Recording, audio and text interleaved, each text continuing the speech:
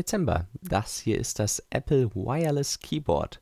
Wer derzeit einen iMac kauft, der wird dies sicher schon sein eigen nennen. Ansonsten kauft man das Wireless Keyboard für ca. 69 € bei Apple nach.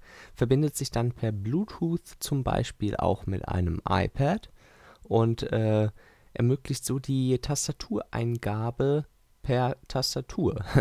Also wer längere Texte schreibt auf einem iPhone oder einem iPad, der sollte sich das Wireless Keyboard ins Handgepäck einpacken. Ist nicht schwer, nicht groß und tut seinen Dienst. 69 €, das Wireless Keyboard von Apple. Auf jeden Fall eine Empfehlung, wer das noch nicht hat.